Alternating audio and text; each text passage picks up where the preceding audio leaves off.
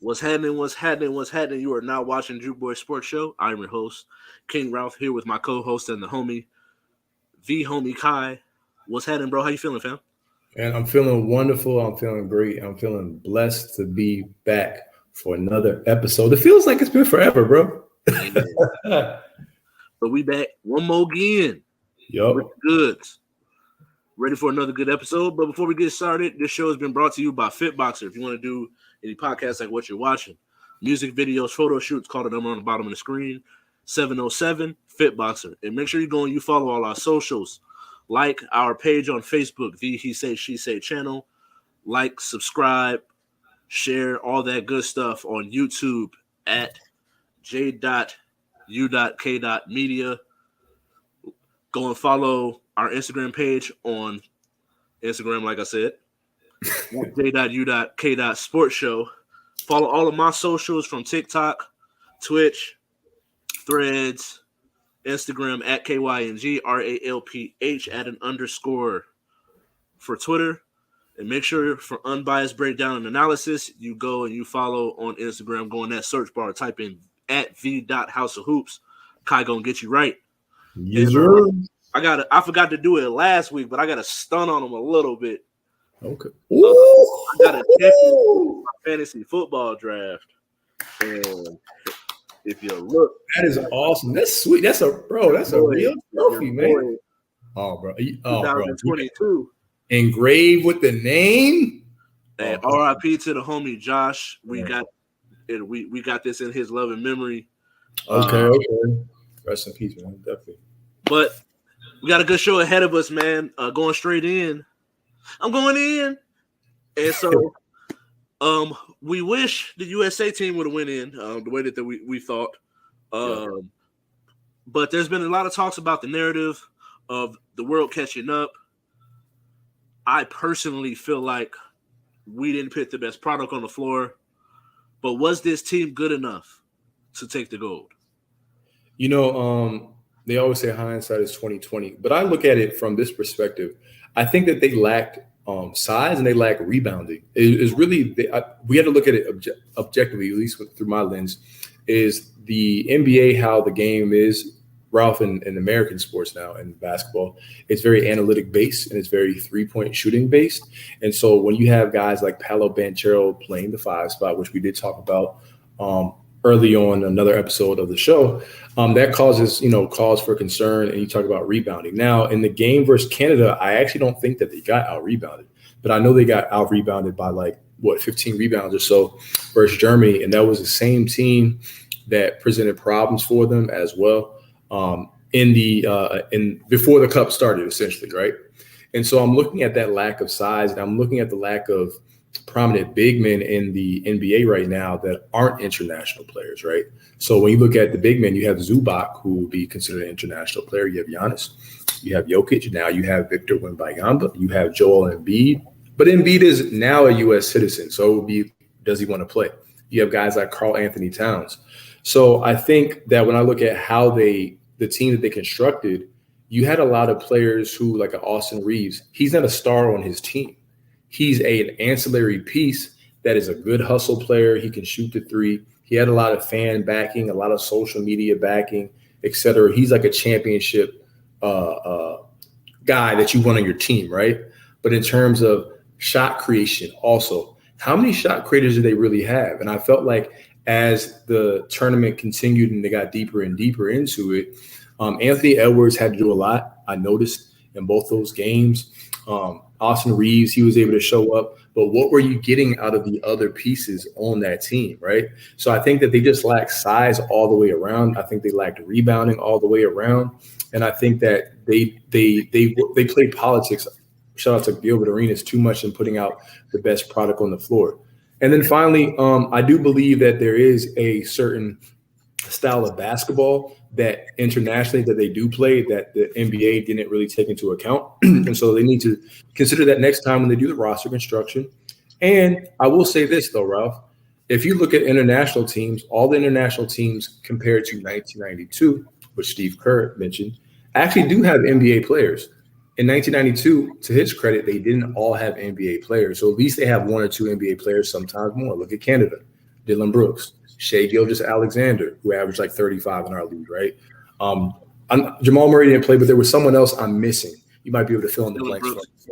Yeah. And Dylan Brooks was really good too. I know you. And I know Kelly Olynyk is on that team. Like Olynyk, thank you. Canada got like 4 or 5, maybe 6. Yeah.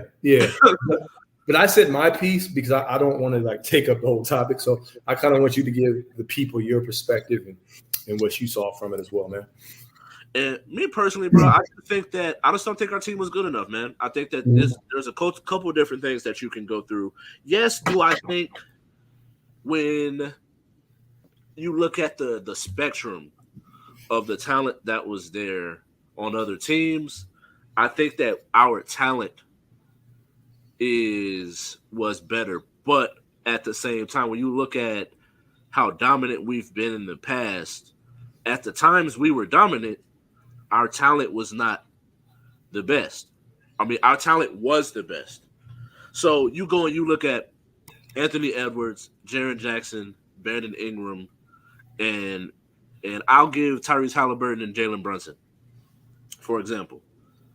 When you go through the list and rank them at their position, you could probably name, when it comes to Jaren Jackson, you probably can get 3, maybe 4 before you mention him. Then when you go to Anthony Edwards, 3, 4, then at some point you got to bring up Anthony Edwards and Brandon Ingram.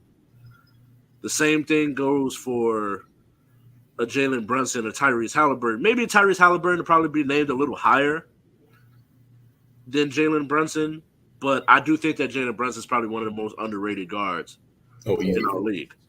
So I think that when you start to name players on the team, yes, we have talent on that team. Mikal Bridges, what he was able to do when he got the bulk of the shots on his team. Cam Johnson, Strat.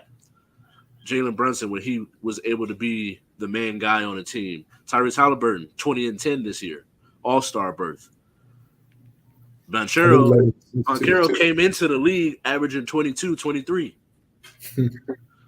And then Jaren Jackson is coming off of a Defensive Player of the Year. Anthony Edwards has showed you what he's been able to do. Just improving at every piece, every point of the year. Brandon Ingram, 26, 27, 28 points a game. Mm-hmm. So, yes, we had the talent, but at the end of the day, I just don't think that those roles, people being able to come in and play those roles, I think that certain things played a part in it. Not knowing the FIBA rules, being able to slap the ball off the rim, not being able to – you can pack the paint, and there is no 3-second count. Then when it comes to trying to space out the floor, you're used to NBA rules. Your rotations are not as quick because you're thinking, I got to get out the paint, when you never had to get out the paint in the first place. Facts. And so then not having shooters, legit shooters, that when they move on certain action, it's not moving the defense in any way. And so I think that we can better construct the team to get the gold. And from everything, the way the social media been going crazy ever since they lost, it looks like they're going to bring the big guns for the next one. Yeah. We got Paris Olympics 2024. They're talking about Steph, LeBron, potentially KD, AD, and Draymond Green. So, yeah. So we'll see what happens with that. But next up, we just wrapped up NFL Week 1. Mm-hmm. We got some rookie grades. All right. Anthony Richardson. What do you give him? So Anthony Richardson, out of the 3 quarterbacks, I actually gave him the highest grade route. Yeah, I actually based them based off their opponent, the level of difficulty of the opponent that they played. I looked at how they threw the football, also the weapons, the pieces that they had surrounded them. And so I took some notes and I watched every single throw and every single run, courtesy of the NFL website. I can post that on YouTube. So what I noticed was that he showcased his athleticism a lot, was able to get flushed out of the pocket, kept his eyes down the field. He has a rocket arm. He did throw maybe a pass or two behind a receiver, but he was very hard for defensive linemen and our linebackers to take down. He had 233 pass yards. He had a passing touchdown, which he threw to Michael Pittman, courtesy of good blocking, which Pittman scored. He also had a rushing touchdown where he sustained a drive, and he almost scored at the end of the game on the drive that he wound up getting injured. I think he injured like his knee or his leg or whatever. He took, maybe one or two unnecessary hits. The one thing I wanted to say, Ralph, and I'll swing it to you on it, Richardson and others, was his confidence out of all the other quarterbacks jumped off the screen. You know what I'm saying? Like, yeah, the Bryce Young and C.J. Stroud, to me, they were boys. Anthony Richardson was like, I've been here before. Now, he didn't go out and throw 400 passing yards. Like, he literally looked like, I've been here before. And so I think he gets some unjustified narratives or unjustified, maybe dare I say, hate and detractors due to how he performed at Florida. And I'm like, just watch the game. NFL, that's what matters, right? So, quick little stat: first-round quarterbacks are 0-10 in their first start in the last 3 seasons. So none of these quarterbacks wound up winning their game. And Anthony Richardson played the best for me. So I gave him a grade of a B-. All right, what about you, man? I'm gonna be somewhere right around where you are for all the reasons that you said. He looked poised. He didn't look like the moment was too big for him. There was just some throws that, like, with adjustments, like, and they're up 21-17. Trevor Lawrence leads his team to a touchdown. They take the lead 24-21. Now he's leading a drive to try to take the lead again, and then he throws an interception. You look at that interception, the person he's throwing to is open, but if you put some touch on that pass, you put the ball over the defender to where the defender makes a good play, an athletic play, getting up, being able to get up in the air, get his hands in the air, and snatch it out the air. It's not like he threw it straight to him. So there's certain things where you look at where we're going to talk about some of the others, and he just looked good. He really did. Than I expected him to look. I thought he wasn't ready, and he showed me that although in a loss, he lost to who, if you go back to last week, I picked Trevor Lawrence to win MVP. So, same. and we picked them to have about 13 victories. Coach of the year. And you lost by 10 points in total, but I think at the point of his injury, it was a closer game than what it was. And so C- for me. Okay. In my estimate. Next up, C.J. Stroud, my boy. C.J. Stroud. All right, so I gave C.J. Stroud, he had 28 out of 44 of his passes. I want to make a quick note. I've said this before. Completion percentage to me it's important, but it's also an overrated stat without context because you got to think about drops as well. But he had 44 pass attempts versus a vaunted Baltimore Ravens defense, which you could say who has arguably the best linebacking duo in Roquan Smith, who had 16 tackles and a sack, and Patrick Queen. When they're together, they play very well in unison. And no picks on 44 dropbacks. Here's the thing. That's my team, the Ravens, so I got a chance to watch the game. There was 2 potential interceptions, Ralph, on throws that he shouldn't have thrown. And so it's potential, but it's like, bro, you barely you know what I'm saying? I'm like, man, that joy almost got, so putting that ball in harm's way. So I do consider that. I do have to dock him for that. He faced pressure, however, from every area of the field, and he was down 3 linemen that did not play in that game. So out of the 3 quarterbacks, using context, he faced the toughest defense, and it was on the road against the Baltimore Ravens. So I factored that in. He's the first player to catch his own pass since Brett Favre in 1992, but that wasn't his fault. I think Oweh or someone, it was either Oweh or Queen had blocked it, but he did a good job of catching it, so it was an interception. I said he showcased a good ability to evade pressure. He kept his eyes once again down the field, rolling out of the pocket. Here's the thing. He was like Dink and Dak a lot of that game, Ralph. Yeah. He did a lot of drops offs behind the line of scrimmage. He was good in the intermediate middle passing game, but he didn't take many deep shots. As a matter of fact, I had him taking one deep shot, and that was double covered down the field, which is a bomb deep, but nobody was really open. So he just kind of was like throwing it away. So it made me think, was the game plan by the offensive coordinator they have to not allow him, like you were talking about with Anthony Richardson and others, to take, the deep shots down the field. So it's like, is it him or is it the coordinator? And so I feel like the game plan was very safe versus the defense. So I originally gave a lot of these quarterbacks a C, but I gave Richardson a B- because he had 2 touchdowns. So with CJ Stroud, he didn't score though. I gave him a grade of a C though. Other than that, he didn't turn the ball over, 44 pass attempts versus the defense. I factored that in. So I gave him a C for me. Yeah, I'm right there with you, man. C, I gave him a C as well. I think that what he was able to do with what was given to him, top 10 defense, young receiving core, no real stars to be thrown to, and his team was awful last year. So you got to look at what, like, everything has context. So I think that what we're looking at here, 44 pass attempts, 28 completions, 64% completion percentage.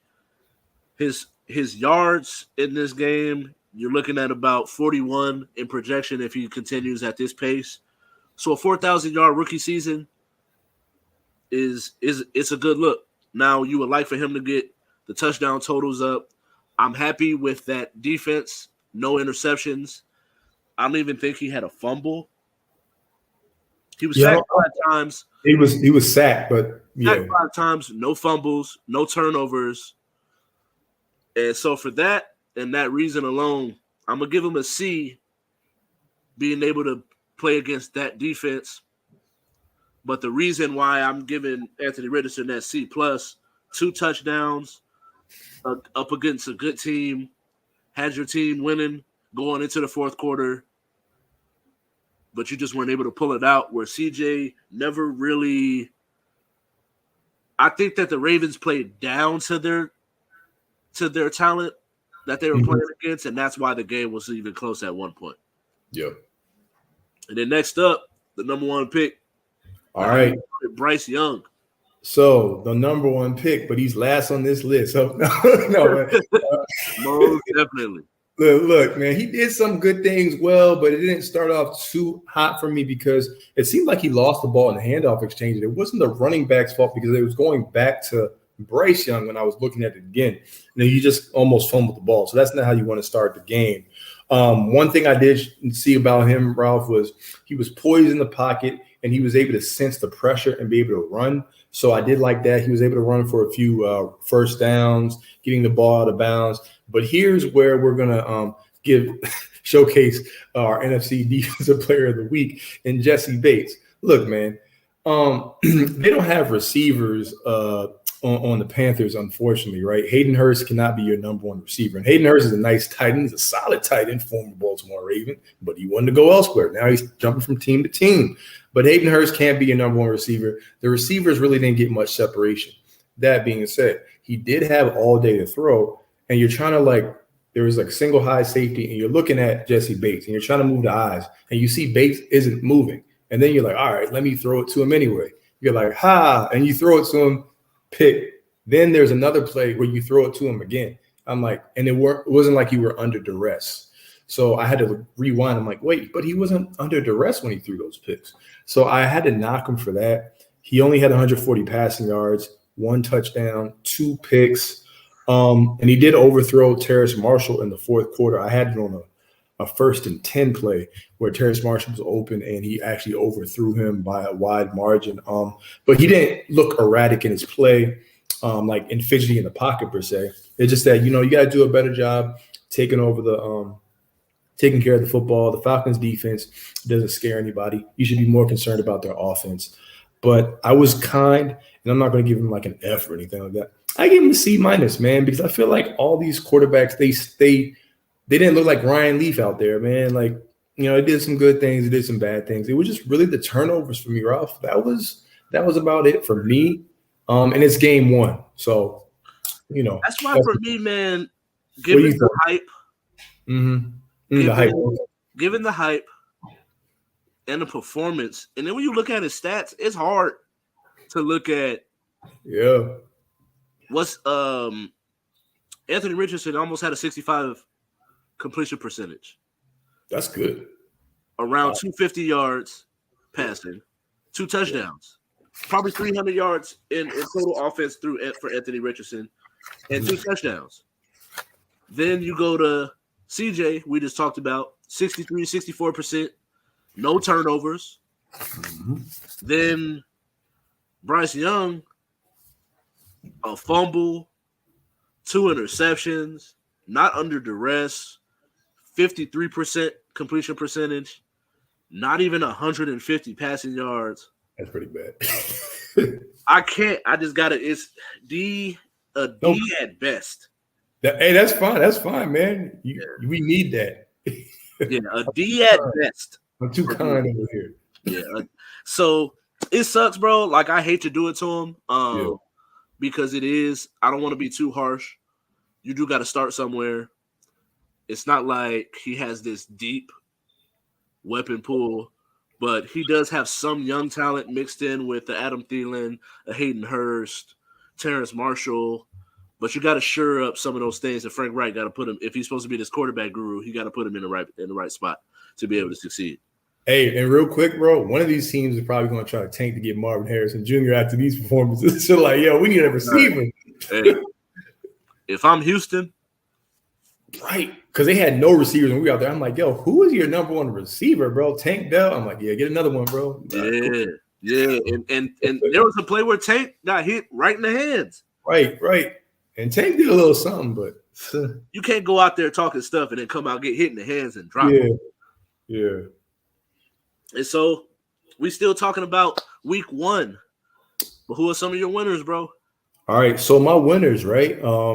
I know there's a lot of talk on Tua and Tyreek, and justifiably so. They were spectacular. They were immaculate. But I'm going to give some credit to the people that don't get talked about a lot. How about the Dolphins' O-line, bro? The Dolphins' O-line, the Dolphins. I keep saying, can't even say Dolphins anymore. Anyway, their offensive line kept Tua clean on 45 dropbacks, 0 sacks. I like that. Without their left tackle, the best player on their line, Teron Armstead.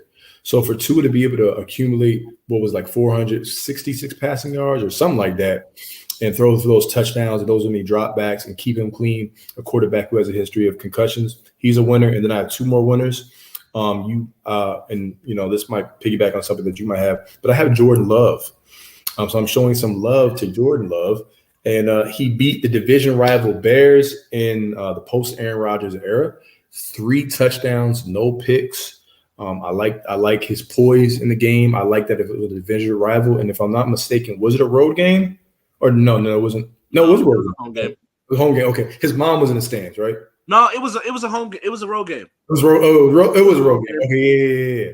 So that was like really, really cool for him to see. And he'd been waiting for this moment. He mentioned he was waiting for the moment. So he prepared and he performed at the moment. And then my last one is Puka Nacua, somebody who I told myself pick him up before the start of week 1 because everyone on the waiver wire is going to want to get him. But I could not predict he was going to have 10 catches for 119 yards. And it's not so much a stat line, as impressive as that is in your pro debut, Ralph, but it's the fact that how he was making those catches, bro. He was doing Tony toe tap on the sideline over the middle, bro. I was like, what? Good, man. He looked good for somebody I didn't scout him, bro. Cooper sipping pina coladas, man. He was like, you know what? My hamstring ain't feeling too good for another 6 weeks, man. Yeah. I just want to come back to this dusty team. So those are my winners, bro. I'm gonna let you take the show, bro, and give your winners, man. My winners, man. The 49ers as a whole. I'm gonna go 49ers as a whole because, and maybe even to a certain degree, Brock Purdy. Because we had questions on the injury. Is he for real? Mm-hmm. They trade Trey Lance. Let Jimmy Garoppolo walk. And then what do? Defense comes out, makes Kenny Pickens look like we got questions of Kenny Pickett. Yeah. And so now we're looking at 49ers look like the team to beat in the NFC. The Eagles struggle a little bit, but they're able to eke out a victory. So now we're looking at 49ers are the team to beat, is what it looks like. I know this week 1. There's 18 full regular season weeks. So we got 17 more to go and a bunch of playoff football, but I'm going to go 49ers. Okay. That's one of my winners. I'm going to go Packers organization, being able to pick up right where Aaron Rodgers, they still own the Bears. Yep. It's like they still own them, man. They own the Bears, man. Like that, at one point, that pass rush was pass rushing. Jair Alexander was loud and proud, like he normally is. Aaron Jones, when they were giving him opportunities, was running all over the place. And Jordan Love, no interceptions, 3 touchdowns, and a victory. Victory So Monday. those are my winners. And I'm going to lead off with my loser. On the other end, we got great segue. Chicago Bears are the losers. And I'm not even really necessarily going to put anything on Justin Fields just yet. It's week 1 with new weapons. But I didn't see anything that displayed even from a play calling standpoint, those new weapons.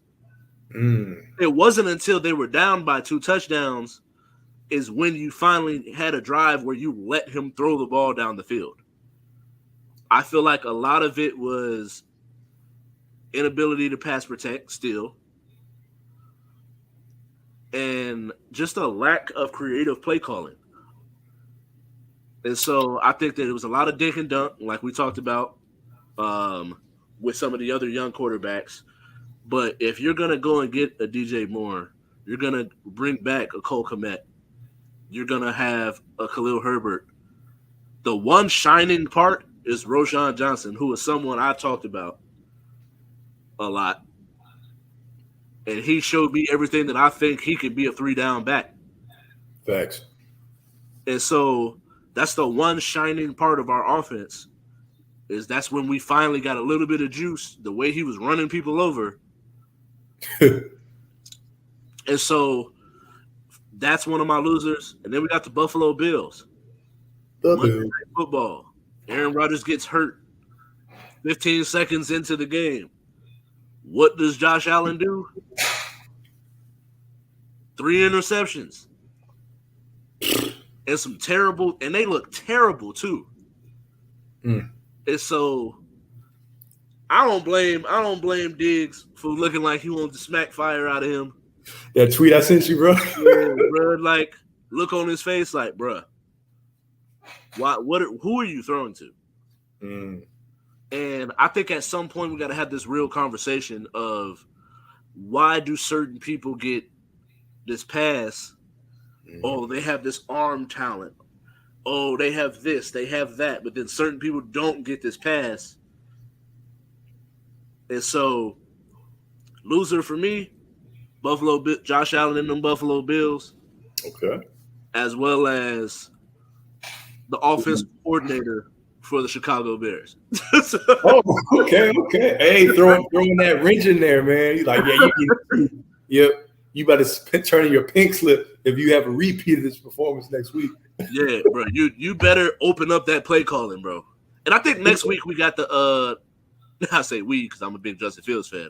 No, you can be a Bears and Raiders fan too. It's okay, yeah, bro. When I say we, but I think next week it's the Buccaneers. Oh, you definitely better show out for that. If they go down 0-2 and have a bad outing, yeah. Somebody got to get fired. Right. Facts, man. They're going to bring in Marty Schottenheimer or someone like, I don't know. No. Somebody. All right. So I like all those. I love all those losers, man. I don't want to be a loser, but I understand those losers. So, yeah. For me, I got to go with the New York Football Giants, man. Bro, look, man, I saw this thing on the internet. They was talking they said that Brian Dable, the New York police department said, "Take off your hat." And and Dable said, "Why? I thought it was the honor of the police." He's like, "Yeah, but not like that." Right. So the Giants, courtesy of The Athletic, tweeted out that no team has done this in a season. Lost 40-0, lost the sack battle by 7-0, lost a turnover battle by 3 or more, 0, had a blocked field goal and returned for a touchdown, and threw a pick six in one season. The Giants did it in one game. Bro, that game was horrible. Like literally horrible. Yeah, it got ugly quick. Right. And so I feel bad because my other honorable mention, even though they should just won't be on there, but you can have multiple winners. For winner was the Dallas Cowboys defense because, like, are the Cowboys defense that good? And I'm giving credence to the Cowboys defense. But still, there's no reason for Daniel Jones, who got paid, I think it was $160 million, prime time, divisional game with great responsibilities. With great power comes great responsibility. And me and you talked about prior about expectation. They have expectation now, right? And I was not a believer in Daniel Jones. I believe in Dable, but the coach can only take you but so far. The players have to play. Word to Michael Jordan. He said that, man. Players win championships. Sorry. So I got to go with the New York Giants as my biggest loser. And I'm not talking weight loss, man. I'm talking the New York Giants. So, yeah. All right. Number 2, I have Ryan Tannehill. Lord have mercy, bro. This dude is a loser because he threw 3 interceptions, and guess who's going to be the starting quarterback week 2? Ryan Tannehill. So, yeah, you're a loser, man, for the Titans organization. You have no backup plan, bro. You might as well tank for Caleb Williams. I wouldn't be mad at that, bro. He has better ball placement than Tannehill because all Tannehill does is place the ball in the opponent's hands. All right.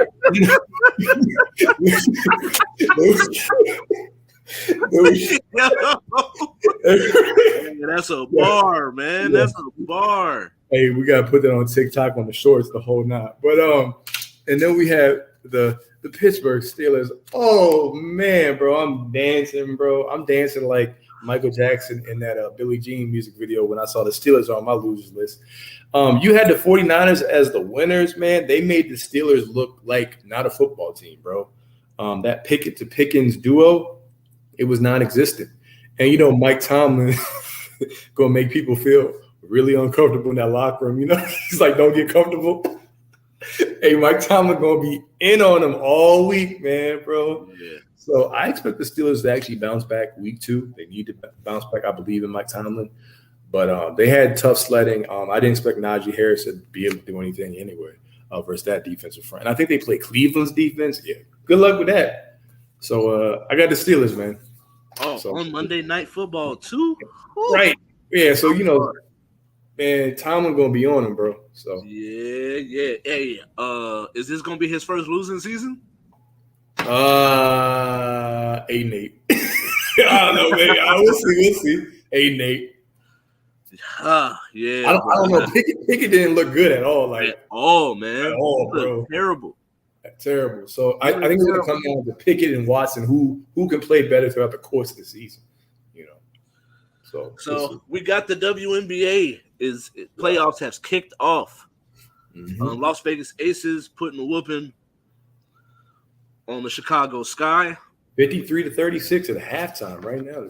So we got the number 1 Las Vegas Aces going up against the number 8 Chicago Sky.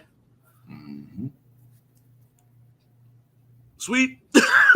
Yeah. Sweet. Get the brooms. Hey, Rob, get the brooms. Hey, look. No disrespect. Yeah. No disrespect, man. But yeah, I was going to say Halloween is not the only time you will be seeing brooms around in this studio, man. We will have brooms for the Aces sweeping the Chicago Sky. No disrespect to Chicago Sky. Wonderful organization, full of great players, but sometimes you run up against that juggernaut, right, Ralph? You know what I'm saying? That juggernaut. And I think the Aces, they're coming in trying to click at the right time, and their eyes are on a back-to-back. They're trying to get to the chip, right? So in a world of super teams, they are playing super good tonight with a 56-36 halftime lead.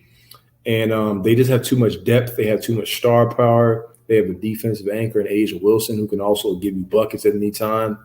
And I just think that it's like, the story of the boy in the well. It's not the boy in the well. Oh, the boy who, what is it? It's that old folklore where like there's water that comes through like the peephole, and the boy like has to block the peephole or something like that. Yeah. Well, there's too many holes for the sky to try to plug in this game.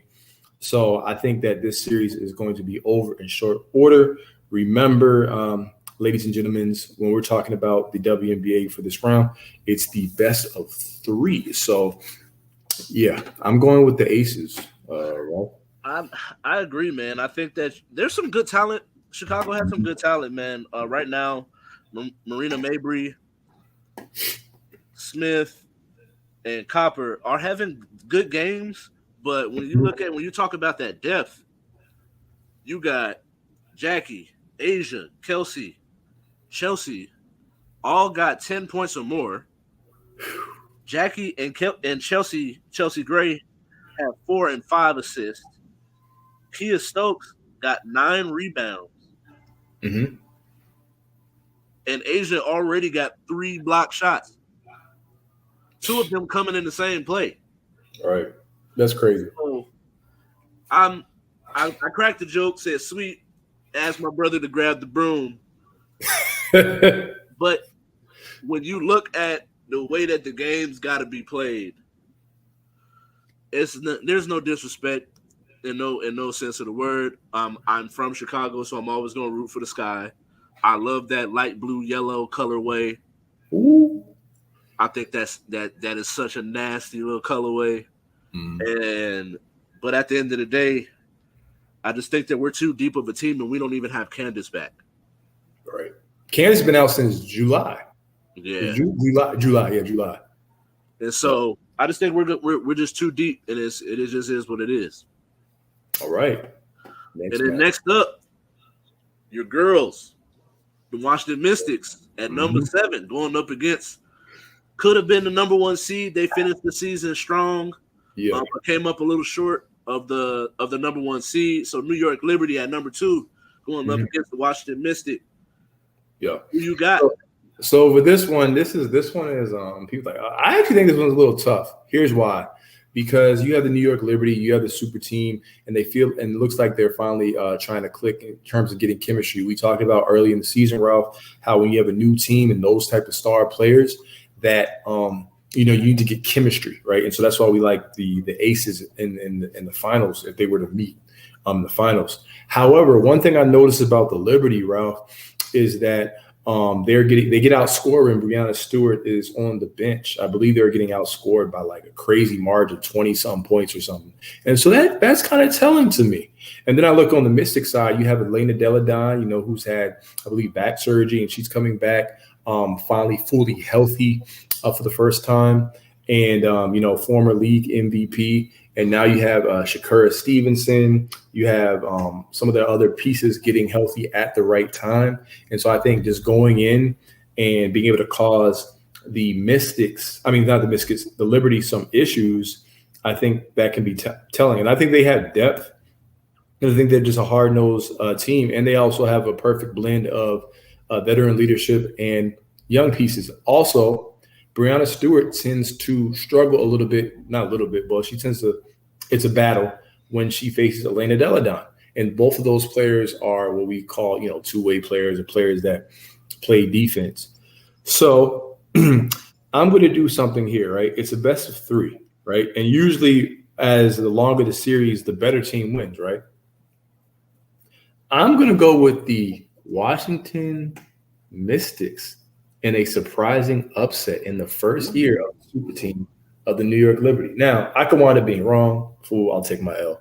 But I think in the first year, let's see if the Mystics can actually pull off the upset, and the Liberty have to come back next year and, make that run. I understand that I'm being the party pooper here because I know you and everybody else wants to see, let's be real, the Liberty, you know what I'm saying? But the Mystics are a good team too. So I'm going to roll with my DMV sisters, and I'm going to roll with the Mystics in the upset. So, hey, why not?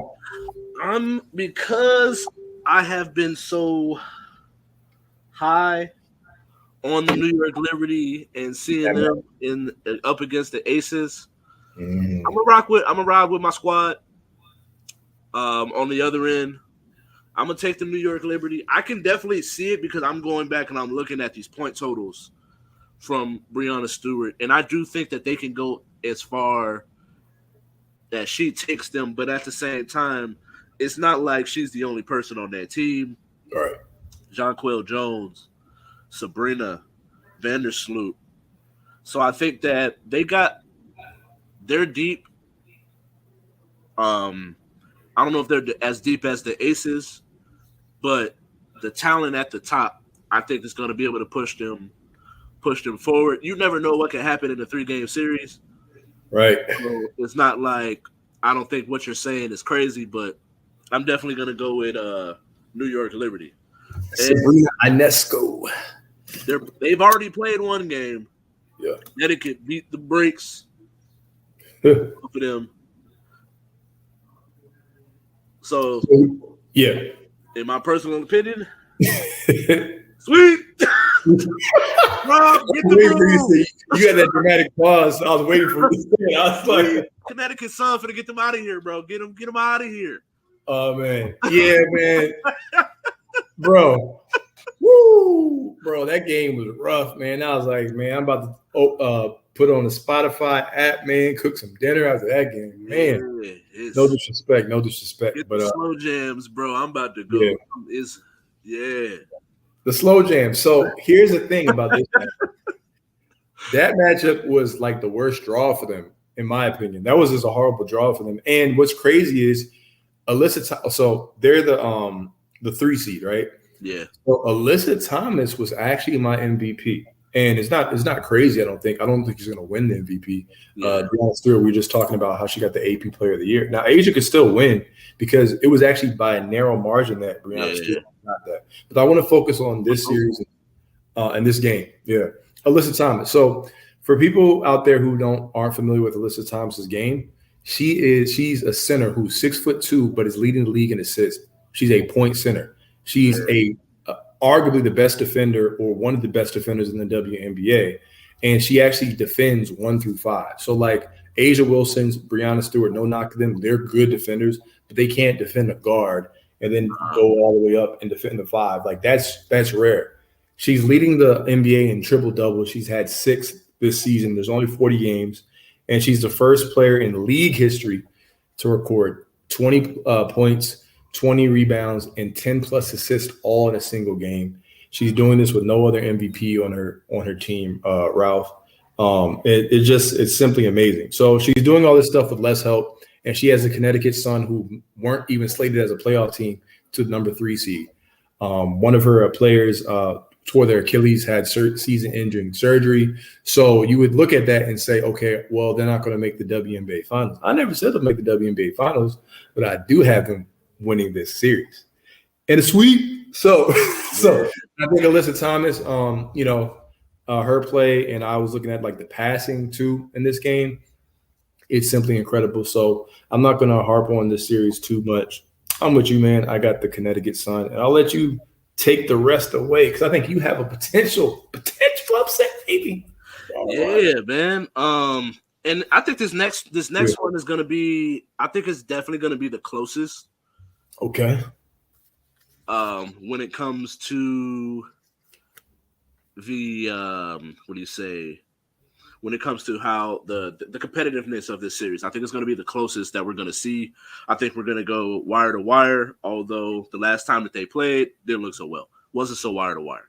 But I think that the Atlanta Dream have a lot of young talent. You got Cheyenne Parker, Alicia Gray, Ryan Howard, and the love of my life. No, I'm just joking. My girl gonna whoop. My girl gonna whoop. I'm playing. But Haley Jones, I'm a big fan of her. I think they have a lot of good young talent. So I think that if they can neutralize, and I always feel like I say her name a little wrong. Mm-hmm. But where is it at?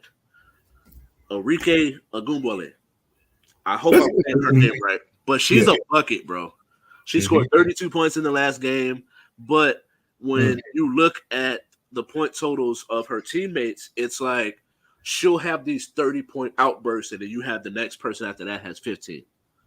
Yeah.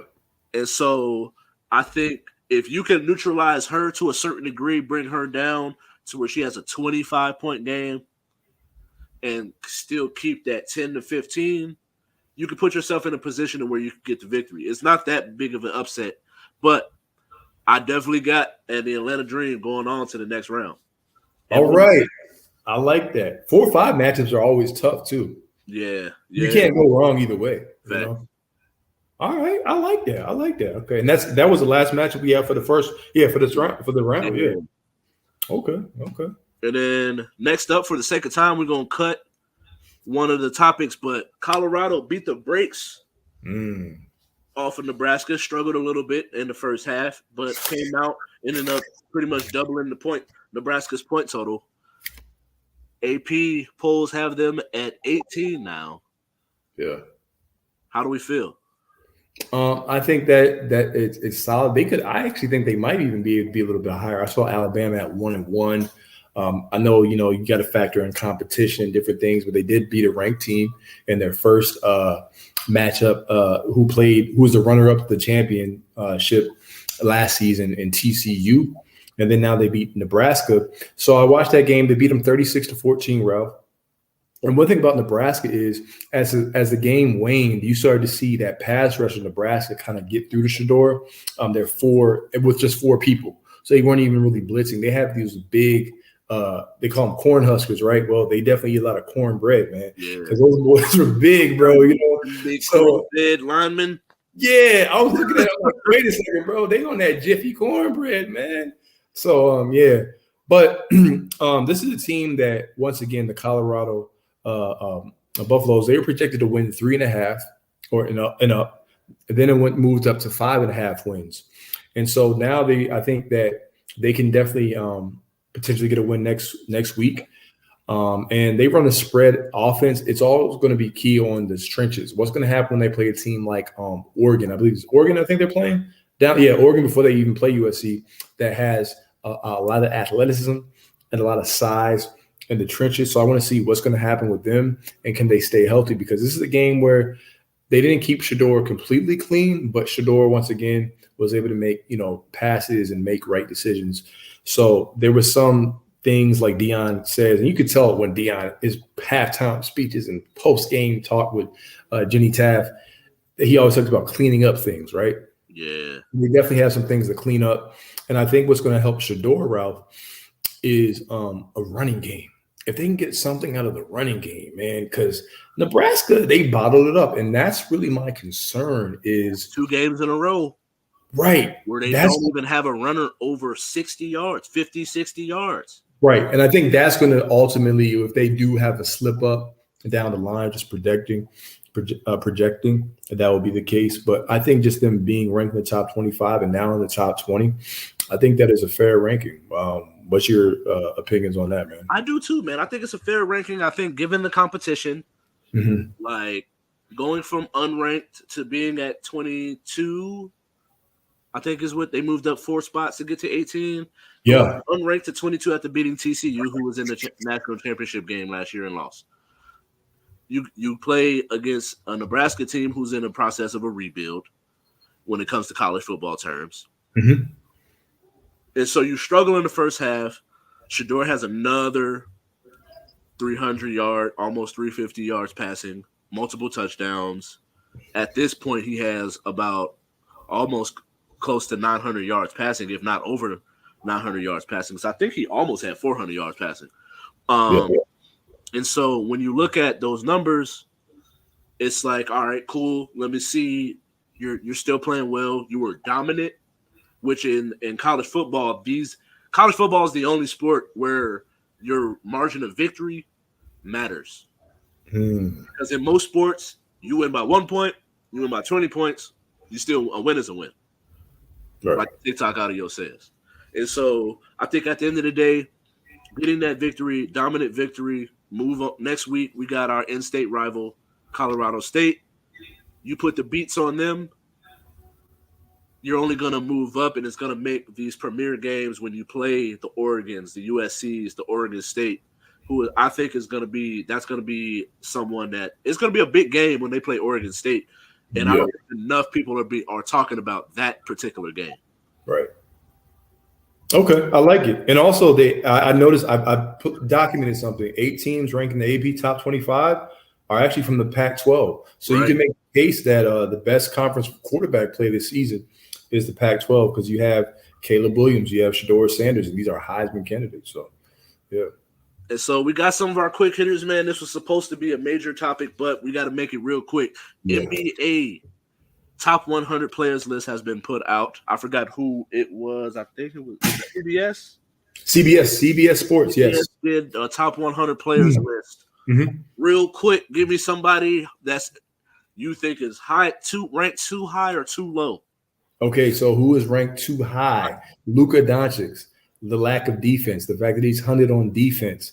Repeat, defense. And that is one half of the game of basketball. And also, he's inability to play off the ball. I believe that he contributed to some of the struggles they had. Someone who is ranked too low, respectfully, Kyrie Irving. I think that some of the players they had ahead of Kyrie Irving, I think they had, was it Bam? And they had somebody. I was trying to pull up the list really, really quick. But I know there was like at least 3 players, Ralph, that I personally had Kyrie Irving. I'm like, he should be way higher than that. So Kyrie Irving was one. Then I think Victor Wembanyama being a rookie, no play was a little ranked too high. But what about you? Who do you have too high, and too low? Too high. Yeah. Compared to some people that – so we got Michael Porter Jr., C.J. McCollum, Chet Holmgren, Miles Turner. Austin Reeves is ranked higher. Right, that's who it was. Reeves. Than these players. No disrespect to Austin Reeves. Good quality role, young man. Right. But ranked too high, bro. Miles Turner is a rim protector. Scotty Barnes, I believe, is a better player as well. Mm-hmm. And CJ McCollum, his bag, he has one of the deepest bag when it comes to the mid-range game, being able to create a jumper, being able to play on ball, off ball, point guard, shooting guard, combo guard. Like, I just think that I would much rather have a CJ McCollum over an Austin Reeves. Yeah. Now I'll take Tyrese Maxey too. Within 2-3 years, but yeah, it just is what it is. And so I think ranked too high, Austin Reeves. Ranked too low. How do you win an MVP and you're not a top 5 player? Joel Embiid. All right. And two-way player, shoot the 3, dominant in the paint, take you off the dribble, back to the basket, face up. I just watched Nick Nurse on the Patrick Beverly podcast. I was making jokes with my brother, but given the context of the conversation, he's going to have him in a certain spot where you can see him being a Jokic type player in that offense, whatever offense that Nick Nurse is going to run. And so I think that they're too often, given what they've been asked to do, there's this huge disparity between the two. See what I did there? But but at the same time, I think that I just disagree with it. Okay. I rock with those. Next up, Coco Gauff being able to come in, get a victory, ends the American drought when it comes to the Grand Slam in the tennis sport. What are your thoughts? Historical, spectacular, outstanding, amazing. All those words, all those wonderful adjectives. Someone hand me a thesaurus, please, man, so I can continue. But for her to do it, she won her first Grand Slam, Ralph, at 19. First American to win, I believe, the U.S. Open since Sloane Stephens in 2017. And she came in hot, winning 18 of her last 19 matches. She trusted her athleticism and her speed. And she was the underdog actually in this match too. So let's not forget about that. And so that just adds on to the legend, adds on to the legend, to the story, And she's the youngest woman to make the finals since Serena Williams did it. I believe Serena was 16 years old, or no, 17 years old, and that was back in 1999. So that was back when I wasn't even learning how to type on Mavis Beacon, man. I was watching, that's when PBS Kids was like, nice, man, all that stuff. So that was amazing, and I have her down. It says the 6th title this year, most in the WTA tour. And what's crazy about it, real quick, Ralph, is that she hasn't even played her best tennis. She's 19. Right. So the best is yet to come. Let's protect her at all costs, pray for good health and blessings down the line. So shout out to Coco Gauff. We appreciate you. Most definitely, man. Everything that you said, bro, shouts out to her. She's doing her thing, 19 years old, has a lot to learn, and she's appreciative to the ones that came before her. So it's good to see good, young, humble talent. But also, when you go and you look at it, man, she loses the first set 6-2. Right. Runs off 6-3, 6-2 to get the victory. Yeah. And so big shout out to her, man.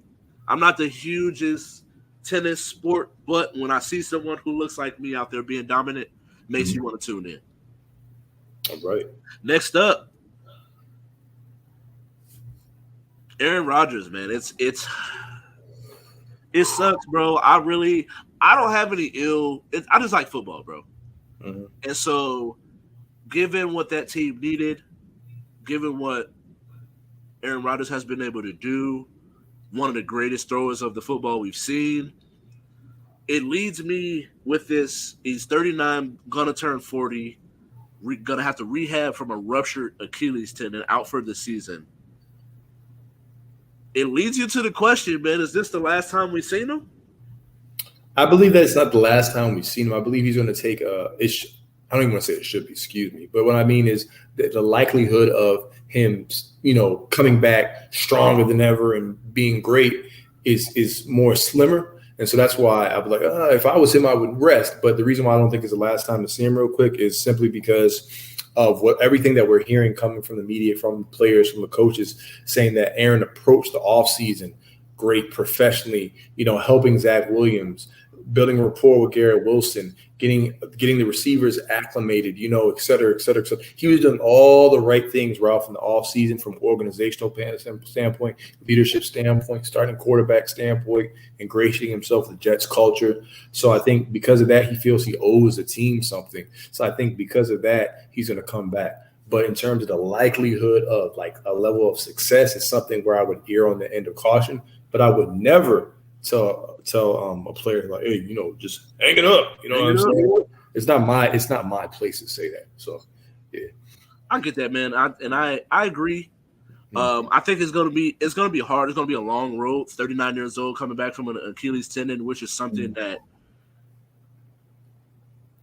Isaiah Thomas, that ended his career. I know this was 20, almost 30 plus years ago that this happened. So we're looking at a different era when it comes to modern medicine. But it's going to be hard for him to come back from that role, especially given the mobility that he had. It's definitely going to make him much more of a pocket passer. So his ability to throw the ball, I think that this could be a blessing in disguise for the team itself because you can have him mentor Zach Wilson while also giving Zach Wilson the keys to run the team. But it also can humble Zach Wilson to a certain point. Like, if you don't come correct, you're not going to be the man to win to lead this squad. So it showed being able to lead that team back to a victory. That was a heck of a catch that Garrett Wilson had. Bro, Sports Center top 10 play of the week, bro. Yeah. And so I think that defense is strong enough to keep them going. Breece Hall showing strong comeback. Dalvin Cook, Garrett Wilson, Allen Lazard, Randall Cobb. You got veteran mixed in with young talent, McCole Hardman.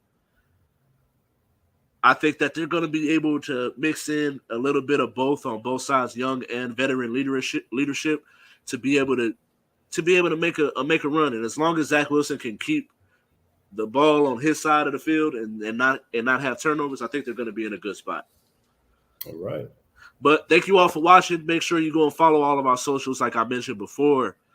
Like the page on Facebook. Subscribe on YouTube. Follow us on Instagram. Thank you all for watching. It's been a pleasure. We out of here. Go Aces. Aces.